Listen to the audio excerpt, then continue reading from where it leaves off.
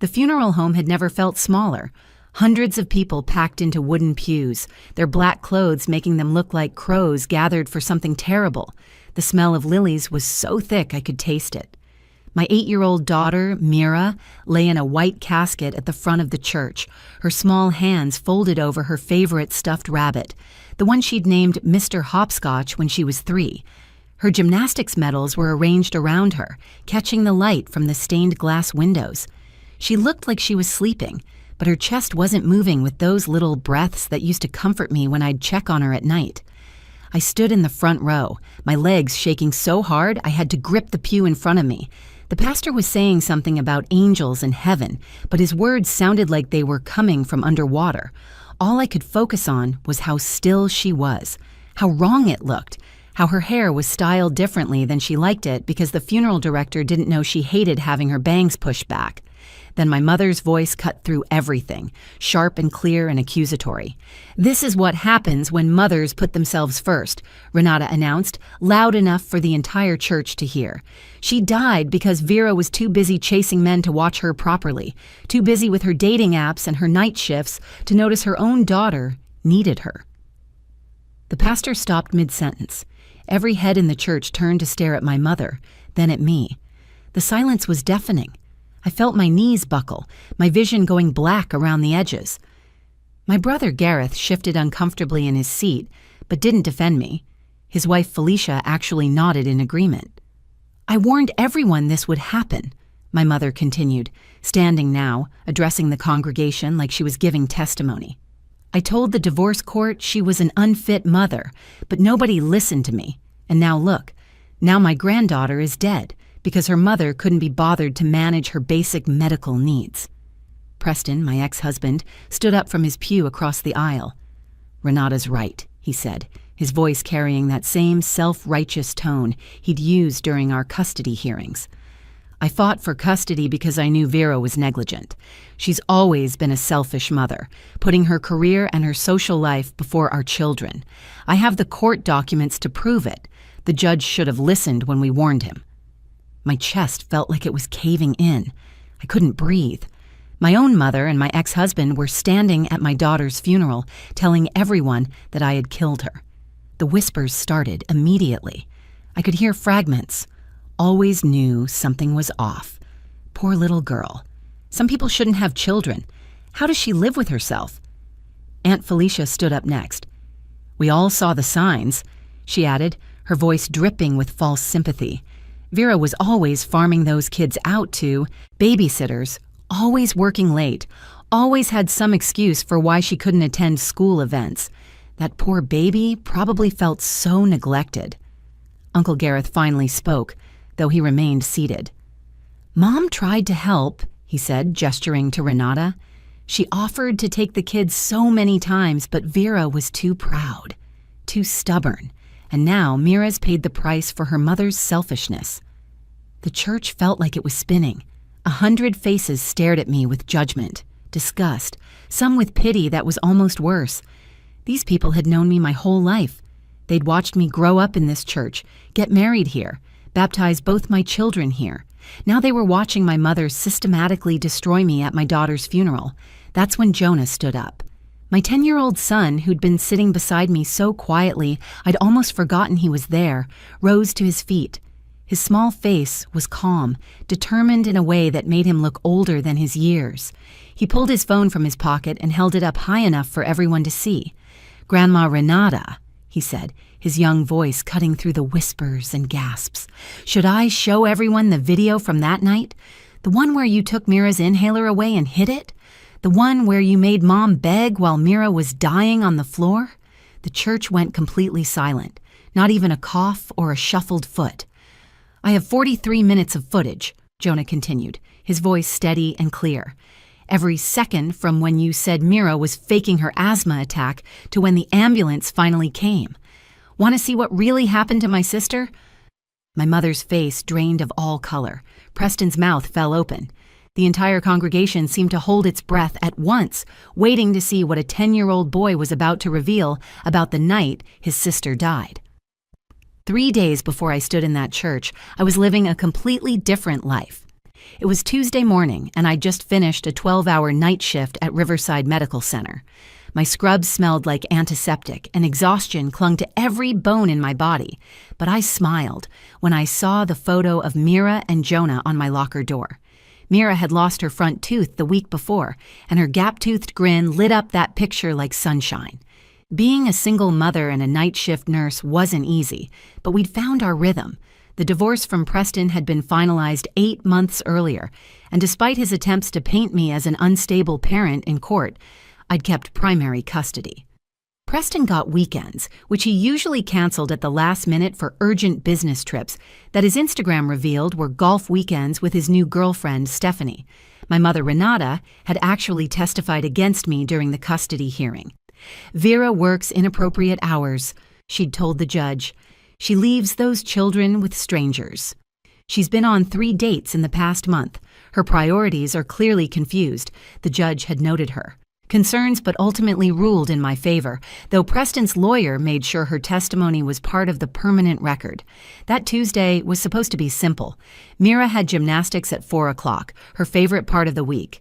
She'd been working on her back walkover for months and had finally nailed it the previous Thursday. Her coach, Miss Diana, said she was a natural. That girl has springs in her feet and joy in her heart, she'd told me. She could go far if she keeps at it. Jonah had chess club after school until 5, which usually gave me just enough time to sleep from 8 in the morning until 2 in the afternoon, then get up and manage the evening routine. But that day, I'd been mandated to stay an extra 2 hours at the hospital due to a multi-car accident that flooded our emergency department. I wouldn't make it home until after 5. I'd called my mother at 6 in the morning, hating that I needed her help. "Mom, I'm stuck at work. Can you pick up Mira from gymnastics at 5? Just this once? I'll be home by 5:15 at the latest." Her sigh was heavy with judgment. "This is exactly what I mean, Vera. You can't manage your life. What kind of mother doesn't arrange proper childcare? Mom, please. It's an emergency. People are literally dying here." "Fine. But we're going to have a serious conversation about your lifestyle choices. This job of yours is destroying your family. First Preston leaves, and now you can barely manage basic pickup schedules." I'd bitten my tongue so hard it bled. "Thank you, Mom." Her inhaler is in her gym bag just in case. The weather's been triggering her asthma lately. "I raised 2 children, Vera. I think I know how to handle a simple pickup." The rest of my shift blurred together. A teenager who'd been ejected from a car, an elderly man having a heart attack, a construction worker with a severed finger.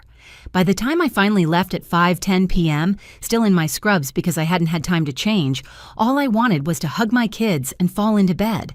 The drive home took exactly 7 minutes. I remember because I watched every red second tick by on my dashboard clock, anxiety creeping up my spine for no reason I could name. Maybe it was mother's intuition. Maybe it was just exhaustion making me paranoid. But something felt wrong. I pulled into my driveway at 5:17 p.m. My mother's silver Lexus was parked crooked, taking up half the lawn. That was unusual. Renata was obsessively particular about parking. The front door was ajar, also strange. My mother believed in locked doors and drawn curtains, privacy above all else. "Mom!" I called out as I pushed the door open. "Kids?" The living room was too quiet. No TV, no laughter, no sound of Mira practicing her floor routine on the carpet like she usually did after gymnastics. Just an oppressive silence that made my skin crawl. Then I saw them. My mother sitting rigid on the couch, her purse clutched in her lap, her mouth set in that thin line that meant someone had disappointed her. Jonah pressed against the wall by the bookshelf, his face pale, his eyes wide with something that looked like terror. And Mira on the floor by the coffee table, her face flushed bright red, her chest heaving with labored breaths that barely seemed to bring in air, her lips already tinged with blue. My beautiful, bouncing daughter was drowning in her own living room, and my mother was just watching it happen. "She's being dramatic," my mother announced before I could even process what I was seeing. I told her no TV until she cleaned her room, and she immediately started this performance. "This is what happens when you don't maintain proper discipline, Vera. She thinks she can manipulate her way out of consequences." I dropped to my knees beside Mira, my medical training kicking in even as my mother's heart shattered. Her breathing was shallow, rapid, and ineffective. Her small chest was working so hard that I could see every rib with each desperate attempt to pull in air. The wheeze coming from her lungs sounded like a broken whistle. This wasn't an anxiety attack or a tantrum. This was a severe asthma attack, worse than any she'd had before. "Where's her inhaler?" I scrambled for her gym bag, dumping its contents across the floor. Leotard, water bottle, hair ties, but no inhaler. "Mom, where is her rescue inhaler?" "I took it away," Renata said calmly, as if discussing the weather. She was pretending to need it every 5 minutes. "I know manipulation when I see it, Vera. You were exactly the same at her age, always finding some illness or injury to get attention." My hands shook as I ran to the kitchen, yanking open the medicine cabinet where we kept a backup inhaler. Empty. I sprinted to the bathroom. Nothing. Mira's wheezing was getting worse, her skin now taking on a grayish tint that sent ice through my veins. "Mom, where did you put it?" I screamed, racing back to the living room. "She needs it now." "It's in a safe place where she can't use it to avoid her responsibilities," my mother replied, pulling out her phone. "And don't raise your voice at me." I'm documenting this entire episode. The court needs to see how you handle simple, disciplinary situations. All this hysteria over a child holding her breath. I grabbed my phone and dialed 911, putting it on speaker as I positioned Mira to help her breathing. 911, what's your emergency?" "My daughter is having a severe asthma attack. 8 years old. She's cyanotic and her inhaler has been hidden from us.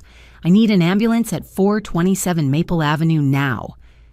"Ma'am, we're dispatching emergency services immediately. Is she conscious?" Mira's eyes were open but unfocused, her small hands clawing at her throat as if she could physically open her airways.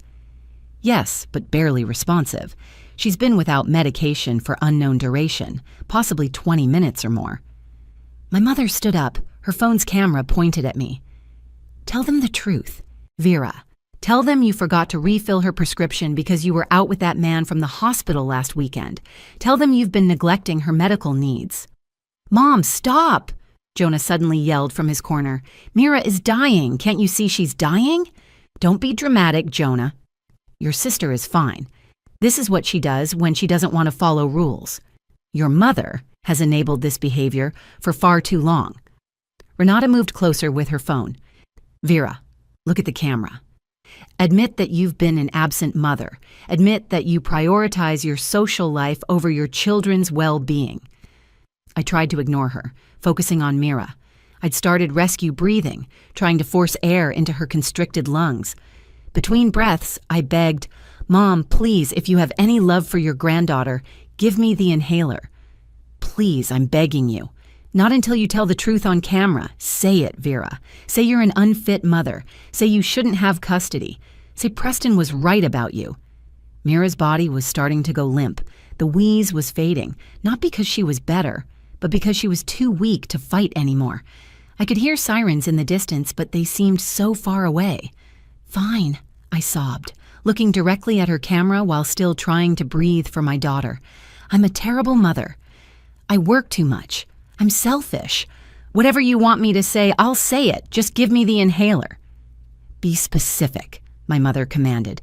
"Tell them about last weekend. Tell them about the 3 men you've dated. Tell them how you leave the children with strangers." The sirens were getting closer. Jonah had moved from his corner, and I saw him holding his own phone, but I was too focused on Mira to process what he was doing. "I went on a date last Saturday," I cried, the words ripping out of me between rescue breaths. "I've been on 3 dates since the divorce. I use babysitters when I work. Is that what you want to hear? Now, please." My mother smiled, a cold, satisfied expression. "The inhaler is in my purse." But I think we've all learned a valuable lesson here about actions and consequences. The paramedics burst through the door just as she said those words, their equipment and professionalism filling the room like salvation arriving too late. The paramedics moved with practiced efficiency, immediately placing an oxygen mask over Mira's face and administering epinephrine through her thigh. "How long has she been without her medication?" the lead EMT asked while his partner started an IV line. "At least 20 minutes, I said, my voice breaking. "Maybe longer." My mother took her inhaler and wouldn't tell me where it was. The EMT's eyes flashed with something between disbelief and rage, but he stayed focused on Mira. "We need to move now. She's in severe respiratory failure." They lifted my baby onto the stretcher, her small body looking even tinier surrounded by medical equipment. I climbed into the ambulance while my mother followed in her car with Jonah. During the ride, I held Mira's hand and watched the paramedics work, inserting breathing tubes, pushing medications, their faces grim with concentration. At Riverside Medical Center, my own workplace, my colleagues' faces went white when they saw me stumbling in behind Mira's stretcher. Dr. Patel, who'd eaten lunch with me just 18 hours earlier, took charge immediately. "Vera, we've got her. Go to waiting room 3. I'll update you as soon as I can." The waiting room filled quickly. My mother walked in first, still holding her phone. Still recording. "This is what happens when you leave children with incompetent caregivers," she announced to no one in particular. "If I hadn't been there, who knows what would have happened?" Jonah sat beside me, pressed against my side. That's when he whispered the words that would change everything. "Mom, I need to show you something." He pulled out his phone, glancing nervously at his grandmother. I recorded everything, from when Grandma first took Mira's inhaler until the ambulance came. "What do you mean, sweetheart?" "When we got home from school, Mira asked for her inhaler because she felt tight. Grandma said she was faking and took it from her backpack. I started recording because something felt wrong. I hid behind the couch and kept recording when Grandma made you say all those things while Mira was on the floor." My brother Gareth arrived with his wife Felicia, both of them immediately gravitating toward my mother. "Renata called us," Gareth said coldly. "She said you had some kind of breakdown when Mira had a mild asthma episode." "Mild?" I stood up, my entire body shaking. "She was in respiratory failure. Mom hid her inhaler as punishment." "Don't be ridiculous," Felicia interjected. "Your mother would never endanger a child. You're just trying to shift blame because you forgot to refill the prescription." Preston burst through the doors next, his girlfriend Stephanie trailing behind. "I knew this would happen," he said loudly. "I told the judge you couldn't handle the responsibility. When Mira recovers, I'm filing for emergency custody of both kids." "If she recovers," my mother added, her voice carrying that particular tone of false concern she'd perfected over decades. "With that level of oxygen deprivation, there could be brain damage. Poor child, failed by the one person who should protect her." Jonah tugged on my sleeve again. "Mom, should I show them the video now?" Before I could answer, "Doctor." Patel appeared in the doorway. Her face told me everything before she spoke. My legs gave out, and Gareth had to catch me as doctor. Patel's words destroyed my world. "Vera, I'm so sorry. We did everything possible. The prolonged lack of oxygen caused cardiac arrest. We worked on her for 90 minutes, but we couldn't bring her back. Mira passed away at 11:47 p.m. The sound that came out of me wasn't human. It was the sound of a mother's soul, being ripped from her body." Preston actually staggered backward. Even Stephanie started crying. But my mother, my own mother, straightened her shoulders and said, "This is what comes from negligence. I hope you've all witnessed what happens when mothers put themselves before their children." Jonah stood up, tears streaming down his face, and held his phone high. "You killed her, Grandma. I have it all on video. You took her inhaler at 4:23 p.m. You said she was faking at 4:31. You wouldn't give it back even when she turned blue at 4:47. You made Mom beg while Mira was dying at 5:19. You killed my sister, and I recorded every second of it." The waiting room went silent. My mother's face went from self-righteous to shocked. "Jonah, darling, you don't understand what you saw." "I understand perfectly," my 10-year-old son said with a clarity that stunned everyone. "I understand that you cared more about punishing Mom than saving Mira. I understand that you're a murderer. And I understand that everyone needs to see exactly what you did." He looked at me, his young face old with grief and determination. "Mom, we need to call the police." Grandma needs to answer for what she did to Mira. She needs everyone to know the truth. 3 days later, we were back in that church, and Jonah had just announced he had video evidence of what really happened. The entire congregation sat frozen, waiting to see if a 10-year-old boy would really expose his grandmother at his sister's funeral. "This is inappropriate," Pastor Whitman said, stepping forward from the pulpit. "Perhaps we should discuss this privately after the service." "No," Jonah said firmly, his small finger hovering over his phone screen. "Everyone here just heard Grandma and Preston blame my mom for Mira's death. They deserve to know the truth. My sister deserves for people to know the truth." My mother stood up, her face cycling through emotions like a broken television. "Jonah, sweetheart, you're confused and grieving. Why don't you sit down and let the adults handle this?" "Like you handled Mira's asthma attack?" Jonah asked. The church gasped collectively. He pressed play. The church's sound system, still connected to the wireless microphone system, picked up his phone's audio through some technical miracle. Suddenly, my mother's voice filled the sanctuary, clear and undeniable. "Stop being so dramatic, Mira. You're not getting that inhaler back until you clean your room properly. These fake breathing problems won't work on me." Then Mira's voice, small and scared. "Grandma, please, I can't breathe good." "That's I can't breathe well, and yes, you can. You're talking, aren't you? If you can talk, you can breathe. Now get up off that floor and clean your room." The sound of labored breathing filled the church. Several people in the pews started crying. I saw Mrs. Patterson, who'd taught Mira in Sunday school, covered her mouth in horror. The video continued. "Grandma, she's turning red," Jonah's voice said from behind the camera. "She really needs her inhaler." "Don't you start too, Jonah. I know fake illness when I see it. Your mother pulled the same stunts when she was young. This is learned behavior, and I won't enable it." Fast-forward sounds indicated Jonah skipping ahead. Then my voice burst through the speakers, desperate and breaking. "Mom, where is her inhaler?" Safe from manipulative little girls who use medical conditions to avoid responsibility. "Look at this camera, Vera.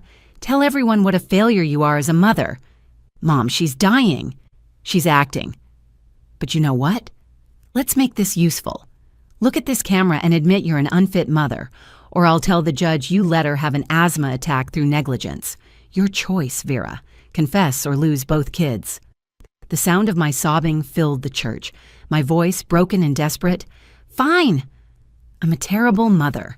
I'm selfish. I work too much. I date men. Whatever you want me to say, just give me her inhaler. Be more specific. Tell them about last weekend. I went on a date. I left them with a babysitter. I'm a horrible person. Now please give me the inhaler." It's in my purse. But I think we've all learned something about consequences today. Then the EMT's voice, professional but with an edge of barely controlled anger. "Ma'am, are you saying you deliberately withheld emergency medication from this child?" "I was teaching her a lesson about manipulation. This child is in cardiac arrest because she couldn't breathe. You withheld life-saving medication. Do you understand that?" My mother's voice still defiant. "She was being dramatic. I've raised children. I know the difference." Jonah stopped the video. The church was absolutely silent except for the sound of crying from multiple pews. My mother stood frozen, her face white as paper. Preston had sunk back into his seat, his head in his hands. Uncle Gareth had physically moved away from my mother, pulling Felicia with him. "There's 41 more minutes," Jonah said quietly. "Do you want to hear the part where the doctor says Mira might have lived if she'd gotten her inhaler even 5 minutes earlier? Or the part where Grandma tells the police that Mom must have hidden the inhaler herself to make her look bad?" Pastor Whitman walked slowly down from the pulpit. "Renata, is this real? Did you really withhold medication from a child having an asthma attack?" My mother's mouth opened and closed like a fish, gasping for air, ironic considering what she'd done to Mira. "She was faking," she finally whispered. "She had to be faking. I know my grandchildren. I know when they're lying. You knew nothing." I stood up, my voice carrying strength I didn't know I had. "You knew nothing about my daughter except how to hurt her. You killed her because you wanted to punish me. You killed an 8-year-old girl to prove a point about discipline."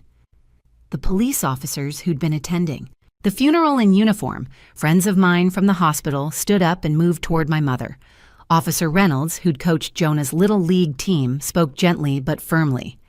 "Ma'am, we're going to need you to come with us. This video constitutes evidence of criminal negligence resulting in death." As they led my mother out of the church, she turned back one more time. "She was faking," she said to the congregation. "Children fake illness. They manipulate. I was teaching her to be strong." The church doors closed behind her, and the silence that followed was deafening. The funeral ended in chaos. Half the congregation followed the police cars outside, while others surrounded Jonah and me, apologizing, crying, asking how they could help. Pastor Whitman had to abandon his prepared sermon and instead led a prayer for Mira's soul and our family's healing. Preston left without saying another word, Stephanie trailing behind him, both of their faces shell-shocked. Uncle Gareth approached me with tears in his eyes, the first time I'd seen him cry since we were children. "Vera, I'm so sorry," he said, pulling me into a hug. "I believed her. I always believed her. God forgive me, I helped her testify against you in court. I thought you were just being sensitive about her parenting advice." The police investigation moved quickly. The video Jonah recorded was crystal clear evidence. My mother was charged with involuntary manslaughter and child endangerment. During the investigation, more stories surfaced. My cousin Rita came forward about how my mother had refused to give her son his EpiPen during an allergic reaction, claiming he was being dramatic about a little rash. The reaction had progressed to full anaphylaxis before Rita arrived and administered the medication herself. 3 other relatives shared similar stories, all with the same pattern. My mother deciding that medical conditions were behavioral problems that needed discipline, not treatment. The trial lasted 6 weeks. My mother's defense attorney tried to argue that she genuinely believed Mira was faking, that this was a generational difference in parenting styles, but the prosecution played Jonah's full video, all 43 minutes of it. The jury saw my mother calmly doing her crossword puzzle while Mira gasped for air in the background. They heard her tell me to stop being hysterical when I was performing CPR on my daughter. They watched her try to delete the video from Jonah's phone when she thought no one was looking at the hospital.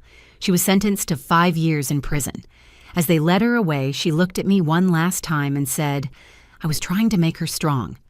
Even then, even after everything, she couldn't admit she was wrong. She couldn't say sorry. She couldn't acknowledge that her need for control had killed my baby. Preston dropped his custody petition the day after the funeral. He actually showed up at my door with papers giving me full custody and increasing child support.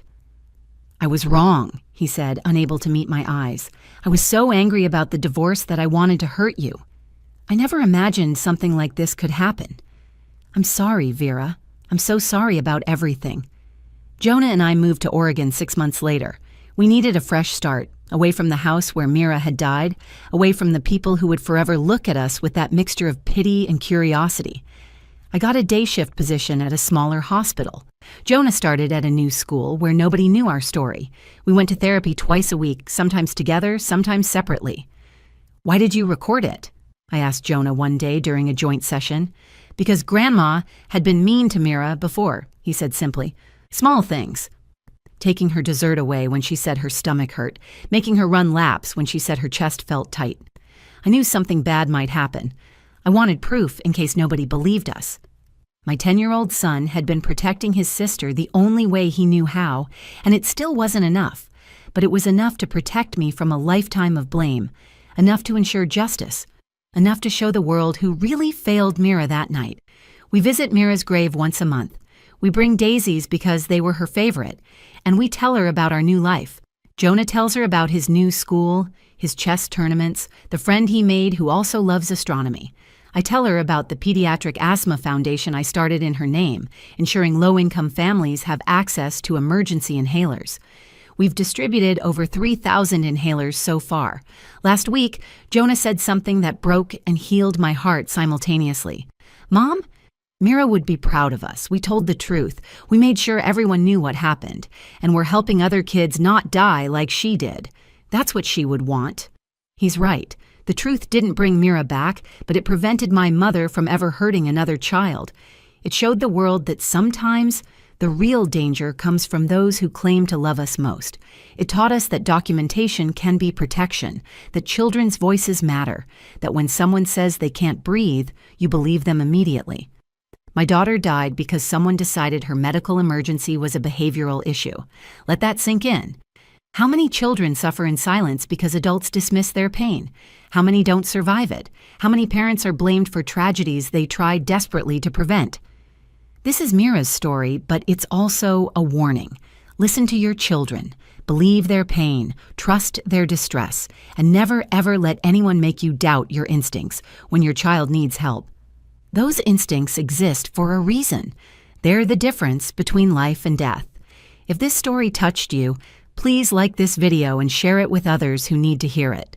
Comment below with your thoughts and experiences, and don't forget to subscribe to our channel for more powerful real-life stories that shed light on important truths. Remember, sharing these stories could save a life. You never know who needs to hear that their instincts are valid, that their pain is real, and that they deserve to be believed.